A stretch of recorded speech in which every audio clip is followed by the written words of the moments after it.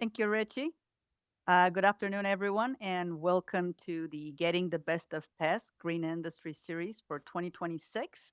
I hope everyone is keeping warm, and we have a great lineup of speakers for today's webinar. Our first speaker is Dr. Ryan Klein, who is an assistant professor of arboriculture at the University of Florida. He has 12 years of experience in the industry and the tree and care industry and the nursery. His research focuses on tree risk assessment, arboricultural best management practices, and the impacts of natural disasters on urban tree populations. Ryan, the floor is yours. All right. Can you see my screen? Sure can. Looking good. No, I just got to figure out how to show my face. Um, I think I can prompt you for it, like with the mic. Got it. Got it. There we go. Perfect. Awesome. Thank you for the introduction, Dr. Panisi, and thanks for the housekeeping, Rich. So today we're going to be talking about just some general best management practices related to, newly planted trees as they're maturing in the landscape and just some things we should be aware of, whether we're homeowners, whether we work for a municipality, we have our own business, whatever. Just some best practices to hopefully ensure that we're maximizing the benefits that our urban trees are providing, minimizing some of the management inputs, and then setting trees up for just long-term survival in the landscape. Here's a picture from Savannah, Georgia. I love to use this in my slides. Just a great urban canopy, a nice little pocket park within the city. You got some nice mature live oaks there, providing lots of shade. And if we do the right things throughout the life of the tree, we can have situations like this. Obviously, we're up against things like development and mismanagement, but it is possible. So with that, I'm going to get started here. All right, so some of the things we're going to cover, just in general, urban trees and some of the adversity they face, whether it be, natural occurrences or, man-made adversity. Because at the end of the day, a lot of the issues that trees face are due to human inputs. We're going to look at designing sites and how that can impact survival long term. And then we're going to touch on some best practices that, we can implement, from the time that we're planting the tree to the time that the tree is potentially ready to be removed. And then at the very end, depending on how long I ramble on, I'll touch on some of the research that I'm currently working on that kind of falls into the bucket of best practices. So I assume, most people on this call have some semblance of an understanding of the benefits that trees provide, anything from, environmental benefits, economic, curb appeal, societal functions. We might want to gather under a tree for a picnic or something like that. Failures of urban trees can pose significant consequences to public health and safety, property damage, disrupting utilities, things like that. The biggest thing to keep in mind is that the risk of injury or death as a result of some sort of tree failure is extremely low.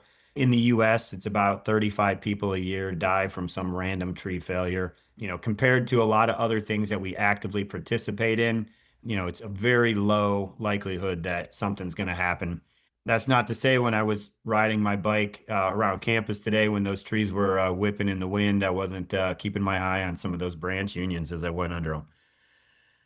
All right. So I'm going to use Florida here just to kind of point out a general trend across the country. So this was part of a project that came out, I don't know, probably about 5 or 6 years ago now. But essentially, they were looking at, current state of Florida based off of 2010 data, and then looking to see what it would project out as far as some of the population increases and then use of natural resources. And basically, what they found was that by 2070, basically a third of the state is going to be developed, and the population is essentially going to double by then. So currently, we're around like 22 million, and we're going to get up to almost 40 million in the next, say, 45 years. Areas where they're already very densely populated are going to see population increases. So, we're going to start building up. A lot of those areas you're going to see there are in the major cities, coastal areas, places people really want to, move to, because we have a lot of people moving to the state. But then also you're going to see sprawl into some of the less densely populated areas, maybe in the center of the state.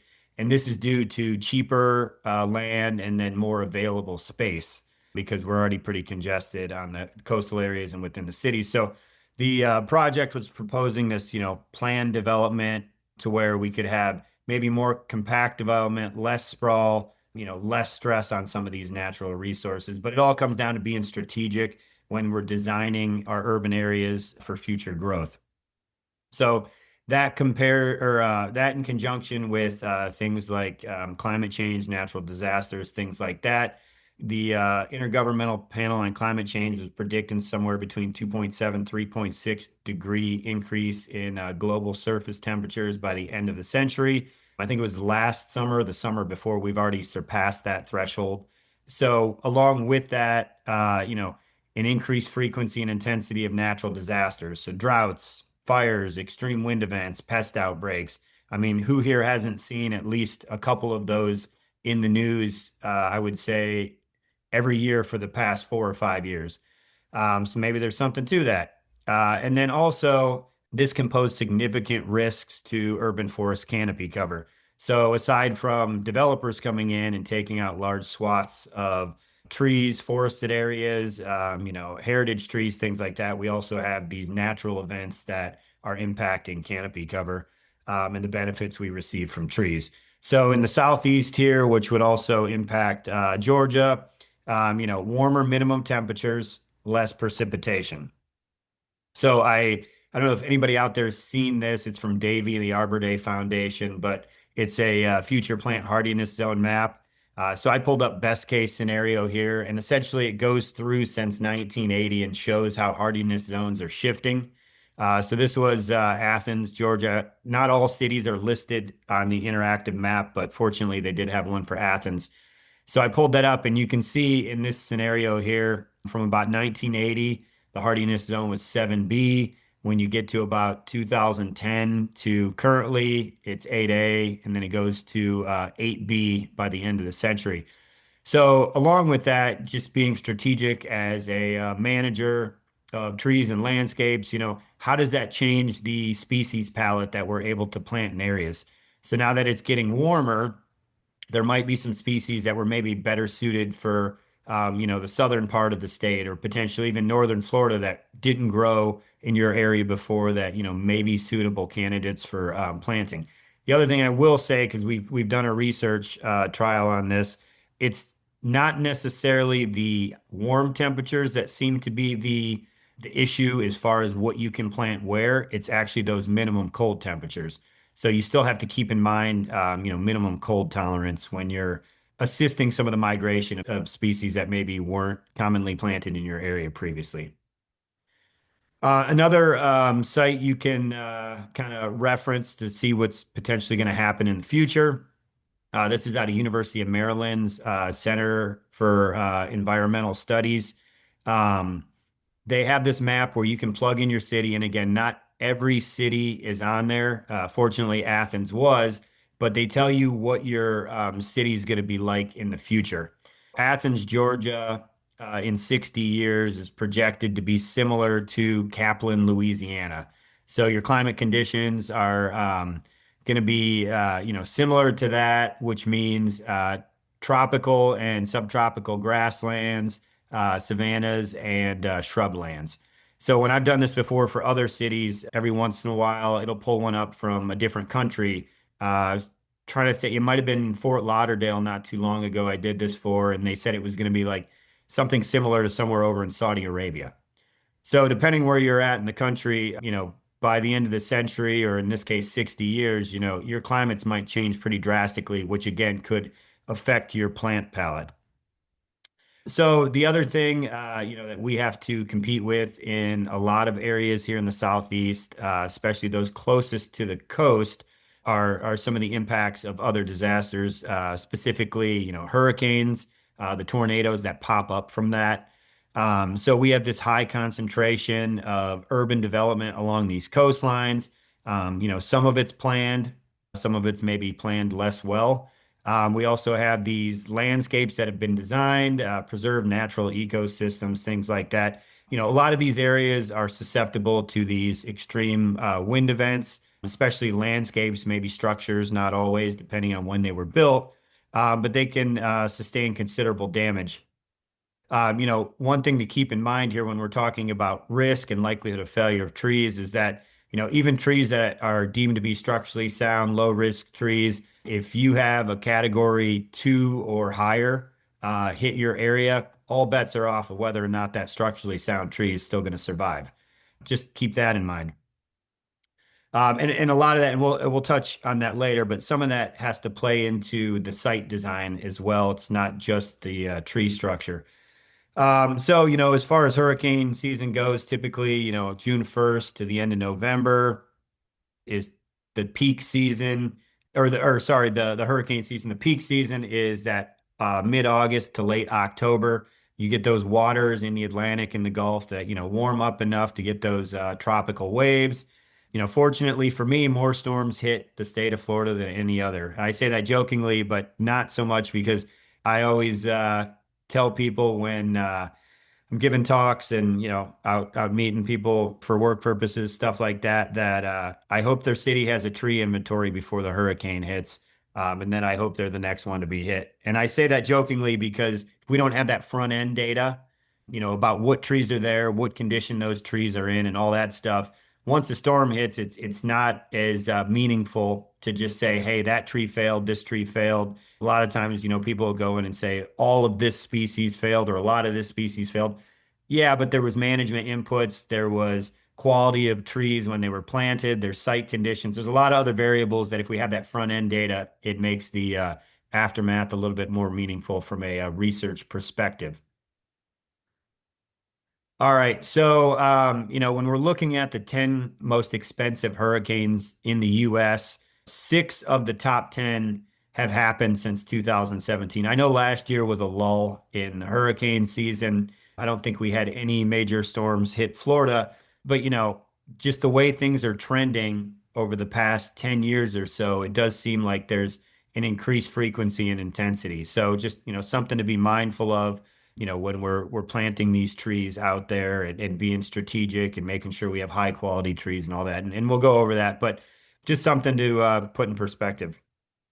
So there's lots of other stressors in the urban environment, unrelated to natural disasters. We got poor soil quality, compacted soil, urban heat islands that can cause drought-like conditions, lack of management, improper management, all these different things, construction damage.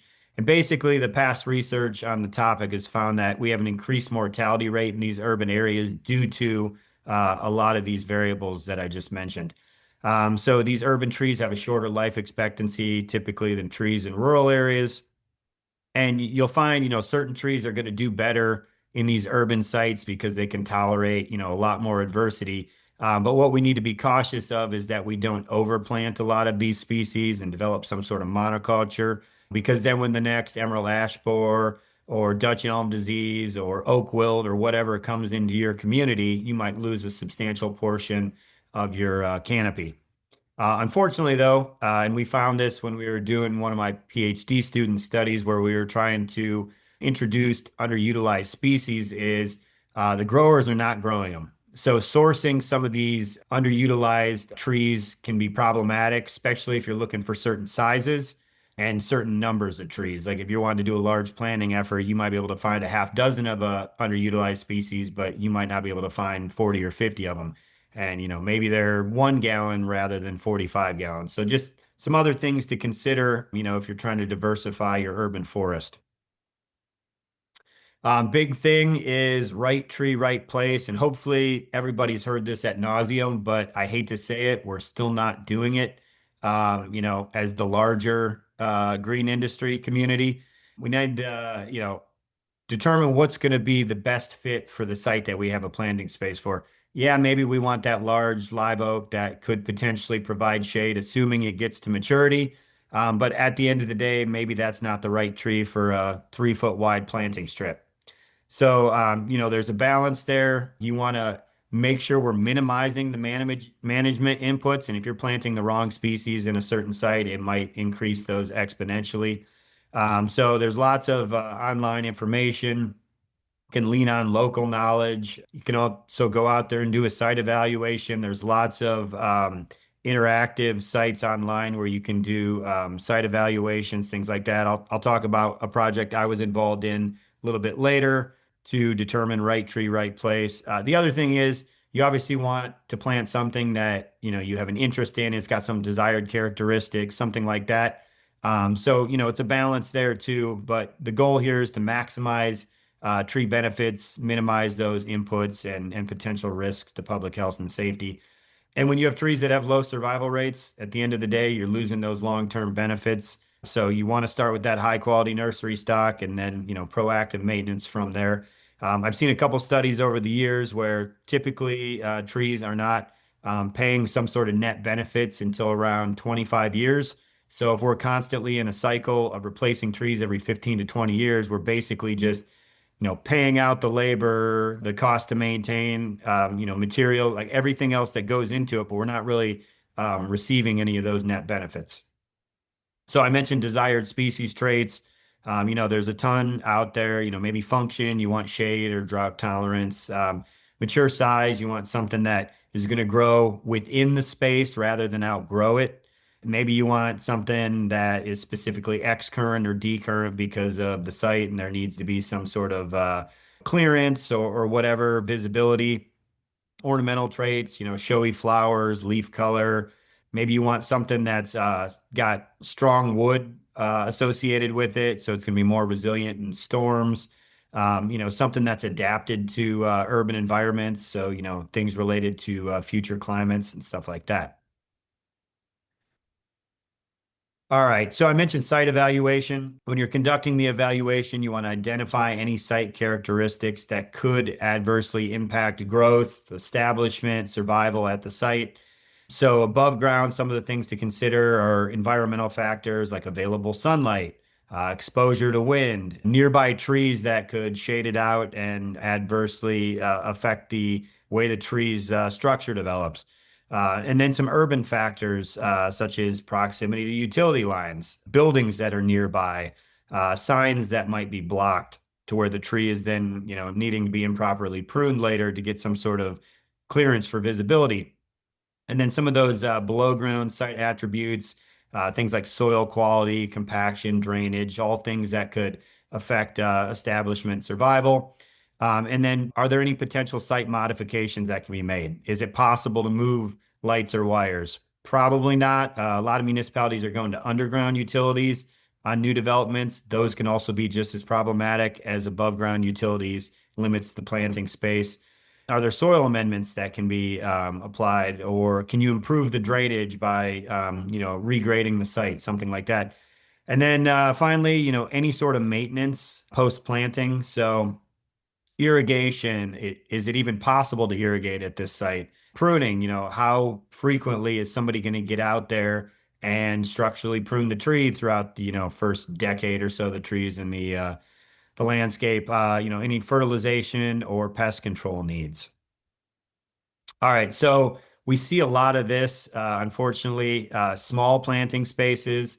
You got your, little islands, your peninsulas, your planting strips. The planting strips, best case scenario, it's going to allow those roots to extend out both directions, towards its neighboring trees. The one on the left there, that little small planting island, they should have just paved over the whole parking lot. That tree's not going to survive. So, a lot of wasted time, money, loss of, potential future benefits when we don't start with some planning or design that can prevent situations like this.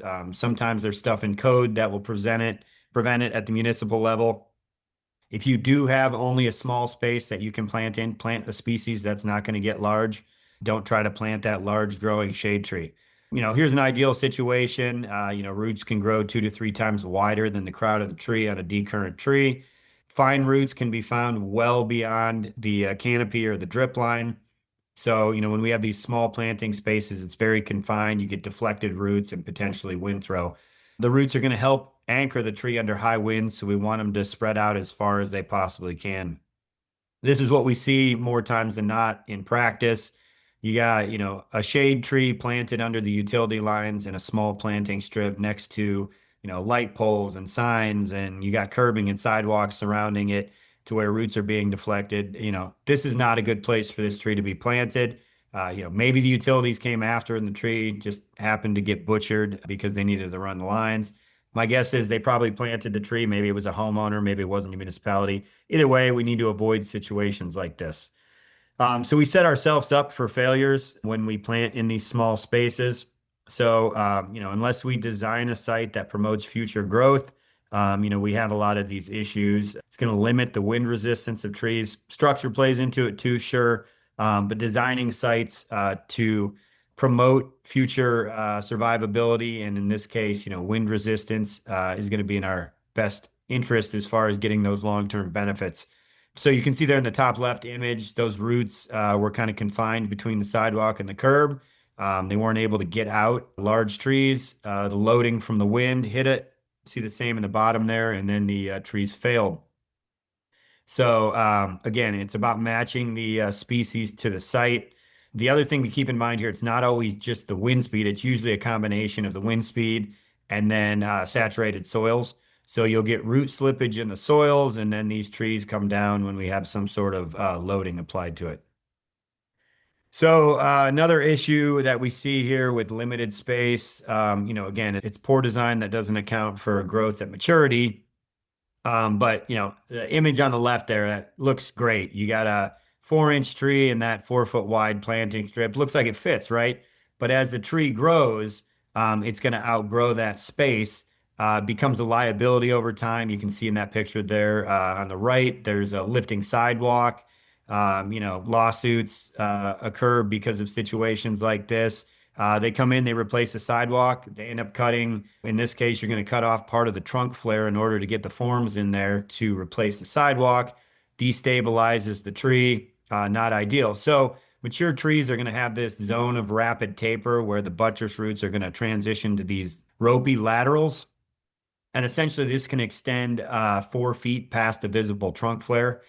So we want to have enough open space that's going to allow for the trunk flare and some of these ropey laterals. It's going to make sure that the tree is more stable and prevent some of these failures. So there's been some research on this that looks at trunk flare diameter in relation to DBH. So what they found is that there's this relationship where as trunk flare diameter increases, so does DBH. So planting recommendations have developed to avoid, some of these sidewalk conflicts. So essentially you want to take trunk flare diameter plus 4 foot on each side, and that should be the size of the space for the tree at maturity. So another study looked at this perspective in relation to the street trees in Tampa, Florida. This was done by Dr. Kozer down here at University of Florida. And what he found was that for mature live oak of 69 inches, you basically needed a 16-foot wide planting strip. Laurel oak at about 54 inches, you needed 14 foot. And crepe myrtles, 8-inch crepe myrtle, you still need a 3-foot planting strip. I see crepe myrtles basically planted in cracks sometimes. They're alive, but we can do better, I think is the message there. So again, this is what we get when we don't allow for enough space for that trunk flare and those ropey laterals to establish and stabilize the tree. Wasted money, loss of benefits, cost to clean up, can perpetuate negative stereotypes of trees associated with risk, because public perception is big when we're talking about some of these urban plantings. So, it's better for us to design these sites and the tree plantings prior. Unfortunately, that's not always the case. Sometimes we're planting in whatever space we have available, just to try and increase canopy cover, things like that. But if we do have the ability to plan on the front end, things like structural soils, suspended sidewalks, silvicells, things like that, they're going to allow for more root growth and allow for more support for the tree to stabilize itself. Surface materials aren't going to get damaged in the process because the roots are going to stay below it. And, we can do better with some of these creative design solutions to increase the lifespans of the trees and then reduce some of those infrastructure conflicts. The picture in the bottom center there, that's from Austin, Texas. They do a really good job of these suspended sidewalks. And as the trunk increases in diameter, they just cut the hole around it bigger. But the actual, soil level is probably about a foot or so below that suspended sidewalk. So just something that can be done. The problem usually with these creative design solutions, unfortunately, is they cost a lot more than just planting the tree in the existing hole. And not always is there the know-how in every community by the contractors doing the work to install some of this stuff. So I think we're still far enough out from seeing this across the board at, all of our cities, but it is an option. Tree spacing, another thing here. So trees planted further apart are going to develop larger, low-growing limbs. When we go to get vertical clearance, that means we end up making large pruning cuts. There's a higher likelihood that we're going to introduce decay then into the main stem. Due to these urban trees having access to sunlight on all sides, that's how these large, low-growing limbs develop, along with other defects. Maybe if we plant trees a little bit closer together, kind of like the European model, maybe the management inputs will be a little bit less or more spaced out. Maybe we're not making as large a cuts. So just something to consider. It's going to give that closed canopy aesthetic a lot sooner. And then also, if you think to a forested area versus a tree standing alone in a park without any protection from itself, you're going to get a little bit of help from the neighboring trees to dampen the effects of the wind and potentially, prevent them from failing in a future storm. Here's some examples of trees, either planted individually, a strip. The images to the right there is more of that, natural planting. Obviously, the bottom one there is a wooded area, but the top right one there, you got trees kind of closely planted together to where they can buffer one another. If you're interested in failure profiles, there was a study from 2007 by Duryea and company, and they assessed the damage of about 9 or 10 hurricanes in the Florida area. One was from Puerto Rico. And then they put together a survey that basically asked all these green industry professionals their perspectives of basically whether or not species had a high likelihood of failure. And then they ranked them from high, medium to low based off of these observations from previous hurricanes. And then they came up with a list of a whole bunch of species. There was about 76 of them, some tropical, some subtropical, some coastal plains, but essentially ranked them as far as how good they were under extreme wind events. So if you're interested in that, Duryea et al. 2007. Another document that came out in 2023 was a FEMA document by Kozer and Salisbury and a couple other folks.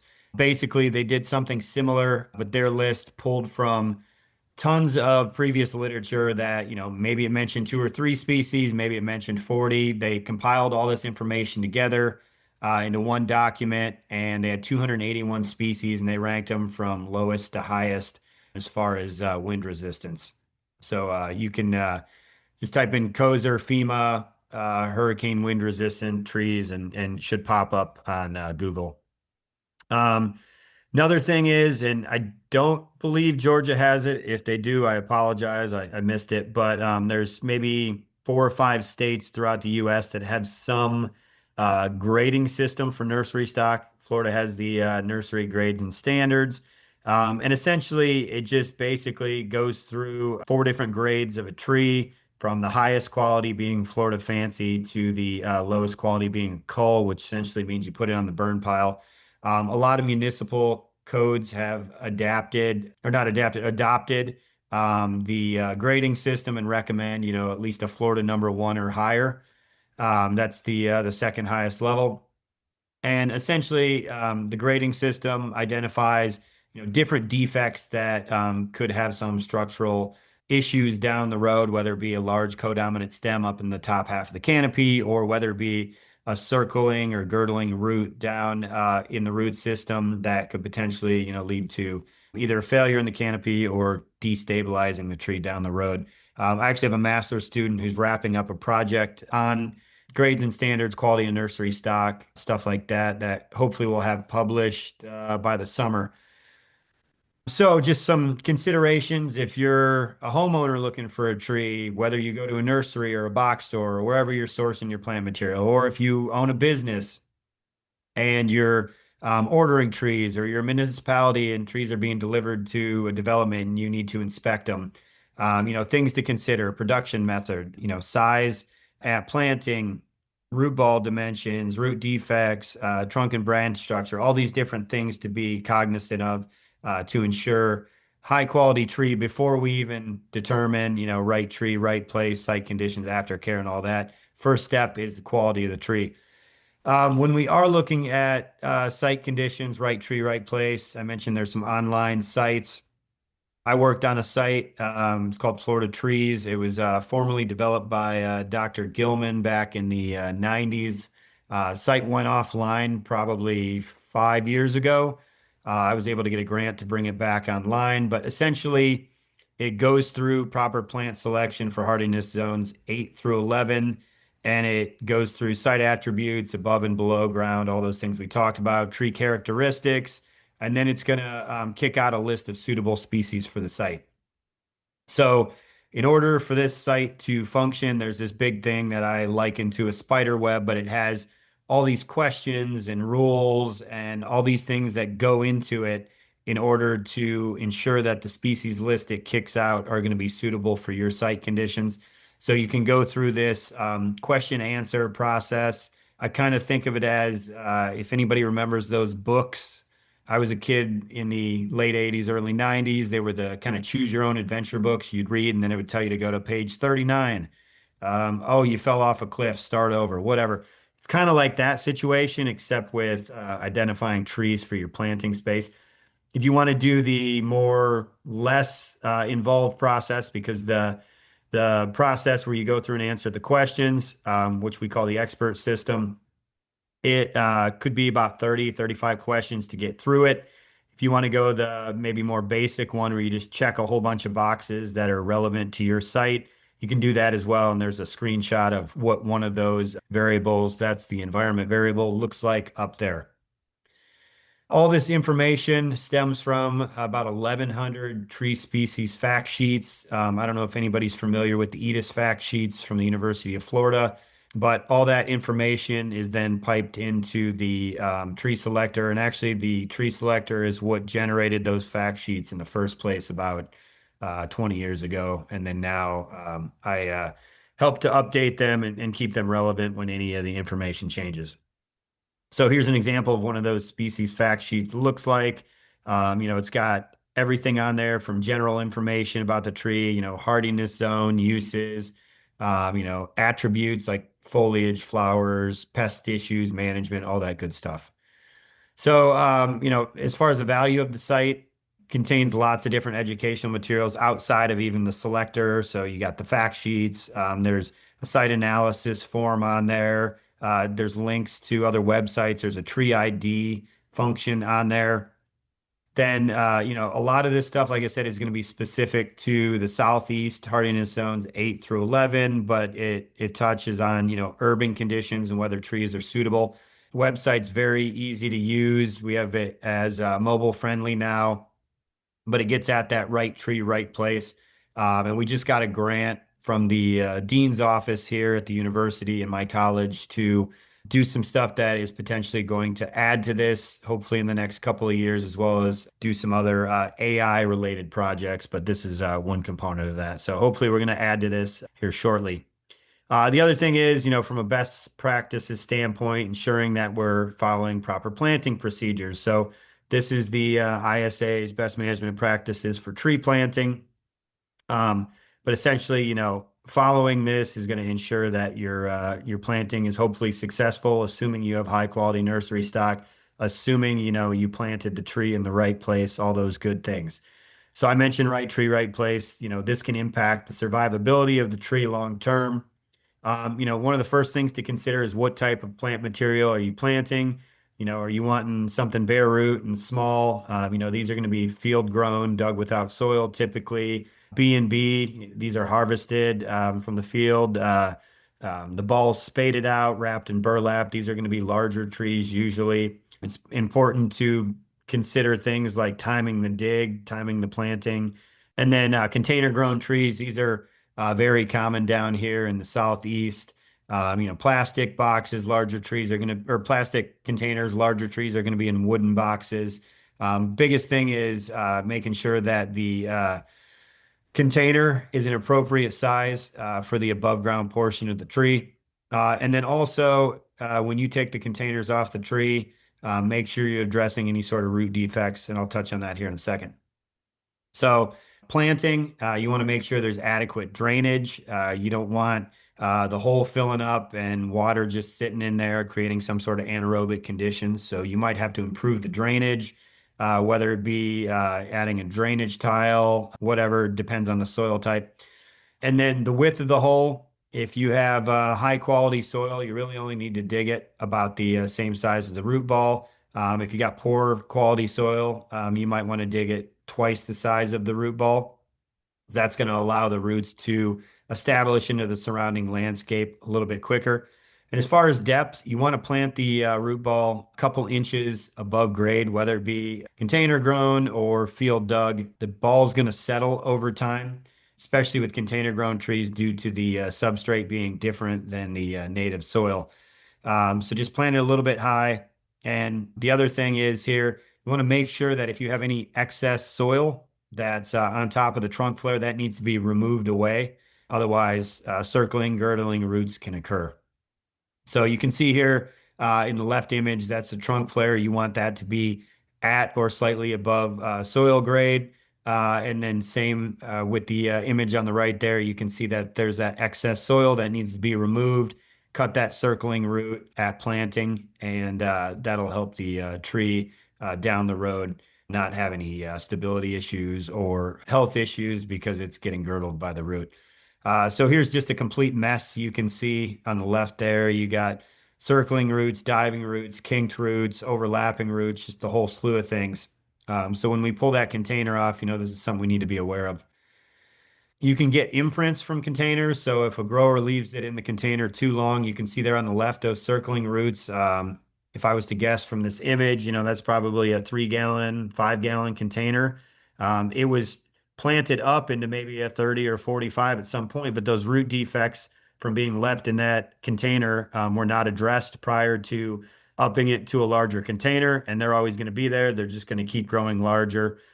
Same with the one on the bottom right there. There were some girdling roots because there was soil piled up on the trunk flare, and they don't go away unless we mitigate them. So what you have is you have trees that, if you have a girdling root, you have trees that could die 4 or 5 years out, and you pull the soil back, the mulch back, and you see that the tree's getting choked out. So again, these are things we want to address at planting. As far as soil goes, some people like to add amendments, stuff like that. If the tree's not going to survive in the soil at the site, the existing landscape soil, it's probably not the right tree for the right place. We're doing some work right now with biochar, compost amendments, combinations of those. Hopefully have that published in the summer as well. Another thing just to be cognizant of, certain soil types, especially more heavily clayed soils, glazing, drying, things like that. That's from, digging in the ground. If this does happen, just kind of break it up with the rake or the shovel. Any synthetic materials, so synthetic burlap, plastic, twine, anything like that, make sure you remove it because just like those circling roots, it can girdle the trunk of the tree and cause it to die prematurely. When we do have root defects due to trees staying in a container for too long, it's real easy just to take a very sharp spade, a handsaw, something like that, and just trim the outside of the root ball, take off a couple inches on the outside and on the bottom. Be good to go. It's going to capture most of those defects, enough to at least get the majority of those roots out in the surrounding landscape. Alternatively, you can do radial slices. One thing with that, though, is you might catch a defect at a point where it's still continuing to grow in a circle. It's going to put on growth and then continue that process. So Shaving is a little bit better from what we found with some of our research, and some other researchers have found something similar, but slicing is better than doing nothing. All right. And then, when you are ready to plant, making sure the hole's adequate size, stabilizing the tree, backfilling, not compacting the soil. You can lightly tamp it, breaking up any clumps, things like that, creating a soil ring around the root ball. So then when it does rain or you irrigate, that moisture stays over top of the root ball. And then don't place any additional soil on the trunk flare after you've already taken it off. So, make sure that it's planted high and all that excess soil is off.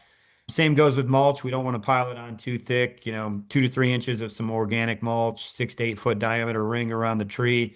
It's going to help prevent any sort of mechanical injury, keep the weeds down, keep soil temperatures, a little bit lower. And this is especially important when we have high temperatures, little rain, things like that. But don't pile it up on the trunk. Again, volcano mulching can also result in root defects as they break down in the soil.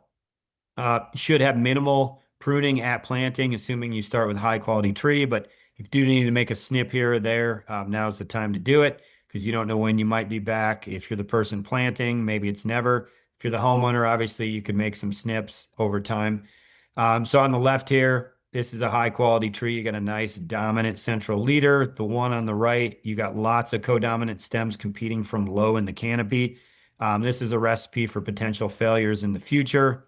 So the way I like to think of it with structural pruning is we're constantly chasing those defects up higher in the canopy. The single stem is going to be more resilient when we have some sort of storm. It's about identifying that dominant leader, also identifying the lowest branches in the permanent canopy.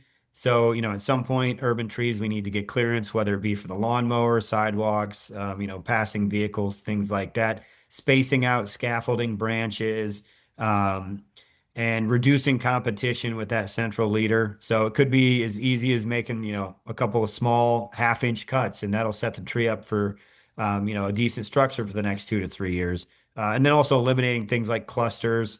When you do that, you're going to promote better connections with the branch tissue.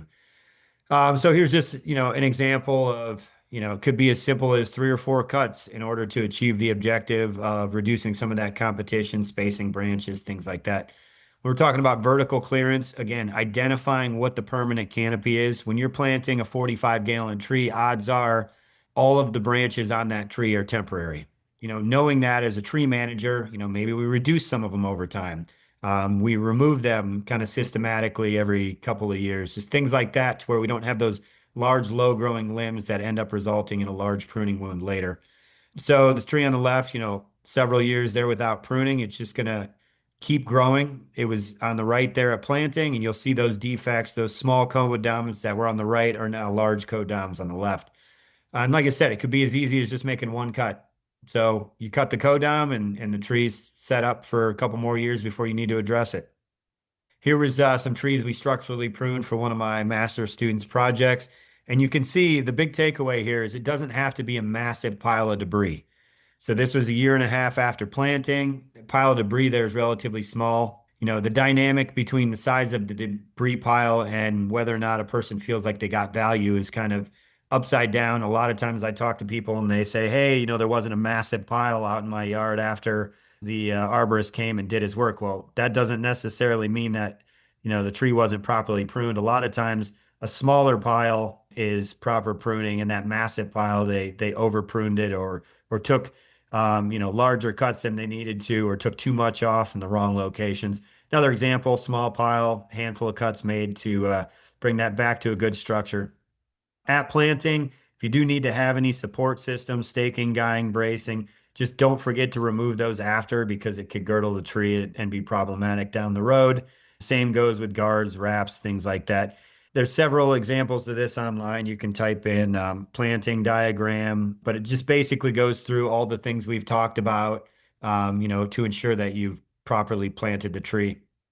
The other thing is, during the establishment period, water is usually the most limiting factor. So water stress can kill trees or prevent it from establishing, things like that. So just making sure that the trees are getting irrigated properly, avoiding compacted soils. You don't want to drive over the root zone in the area where you just planted a tree. Could inhibit development, things like that. So there's some guidance, at least with grades and standards. I know there's some other recommendations that are more state specific, but for the Southeast here, depending on where you're located in the state, it gives recommendations for how much irrigation throughout the establishment period, how long the establishment period is based off of your location, things like that. So just, looking into different guidance on that to ensure that the tree properly establishes. Maintenance. So aside from watering, fertilization, anti-transference if needed, pest, disease, pruning, all those things we need to consider. All right, so when we're talking about mature trees, we just talked about newly planted trees. Mature trees, hopefully the structure's, already in good shape. A lot of times you show up to a tree and it's a nightmare. Not much you can do with mature trees other than manage loading. So loading to reduce failure. So a lot of times with mature trees, maybe a little bit of structure, but it's mostly clearance, appearance, risk reduction.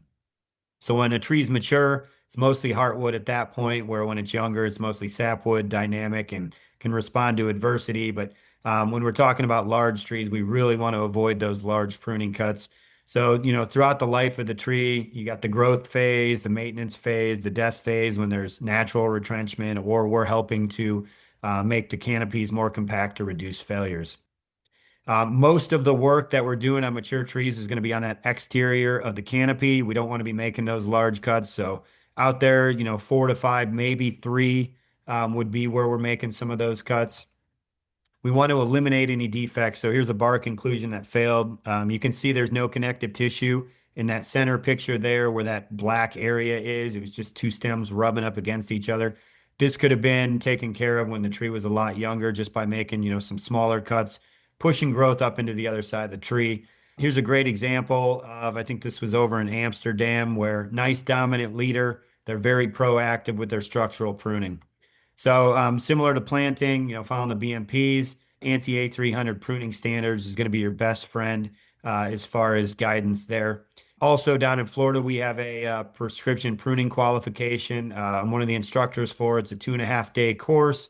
And we go through things like conditions of concern, objectives, pruning branches, limitations. It's all about making sure that the person that's prescribing the work and the person that is doing the work are on the same page. And then when the person that sold the work shows up, looks at the tree, the pruning was done as they envisioned it. So it's a common language that can be used to make sure that proper pruning is achieved. Lots of different factors we talked about here that can impact, the success and survivability of urban trees, from the quality of nursery stock, site conditions, aftercare. Big thing is that right tree, right place. We can, on the front end with planning, creative design solutions, all that stuff, make sites that are more conducive for future growth. We also want to factor in the management aspect, proactive maintenance, not just when there's a failure, not just when that hurricane's a week out. Hey, I need to prune my tree. Being proactive with it's in the best interest of the tree. So I have 2 minutes here, and I'm just going to say a couple quick things on the current research. This is that study on the grades and standards. Just one thing to point out, root defects were all over the place. We randomly selected 7 growers throughout the state of Florida that had 15-gallon live oaks, common species, common size that the homeowner can take home. But what you notice here is the size of these trees was all over the place. We had trees as tall as almost 14 foot, as short as just under 5 foot. And for grades and standards, I think it's about 7 to 8 foot is common for a 15-gallon tree, 1.5 caliper, and these ranged anywhere from under an inch up to 3 inches. And you can see the root defects were a mess. Here's some of the other stuff we're working on, biochar, how spacing impacts management. Got multiple irrigation studies right now. We're doing some large tree moving studies, pruning studies, survival, performance, tons of different things. So sorry I took it to the final minute, but thank you for your time. I don't want to interrupt with the other speaker, but if you do have any questions, please send them my way in email. Happy to answer them. Thank you, Ryan. Yes, that was lots of really, really excellent information. We have a comment that came in really early, and I just want to share and read so you can see it. Norma, thank you so much for covering the planting of trees in sidewalk areas. I've been complaining about this for years. Hopefully, the architects will stop calling for them in areas that are too small to accommodate them. And I think we all can agree that this is a perpetual problem that we're seeing across. It almost doesn't matter where you are, you're seeing these kind of problems. Yeah, and unfortunately, just to that point, the University of Florida, and I know a couple other universities, do not require my class or any urban forestry, dendrology class, anything like that, for their curriculum. So it's kind of unfortunate that certain fields are out there doing tree-related designs and they might not have had that background. Totally agree with you. I coming from UF, you and from the environmental horticulture department, you guys have a whole lot more focused things that you can offer to your students. And at UGA, we're the Department of Horticulture, so our students don't really have that kind of specializations that you guys have, and it's kind of disappointing to hear that even at your place you don't have that kind of way to get them to take some required courses. So Well, and just so you know, because I saw you came from environmental horticulture, we are no more as of the first of the year. So I wasn't going to say it. I was not going to say it. Yes, I'm in yes, yes. forestry now. Well, makes sense. We're really looking forward to your research. I have been reading some of it in the past few years, and sounds like a good reason to call you again and get you to share some more, especially about the biochar. That's one area that I think has a lot of potential. Yeah, and that study will finish here in the next month, and then the deliverables will be the next couple months. So I should have a talk by summer. Great. All right. Well, we'll put you down. All right. Um, so yeah, I Appreciate it. don't see any other questions. So thank you again so much. And we're Awesome. off for Thanks the for having first me. break. All right. Absolutely. Take care. Thank you.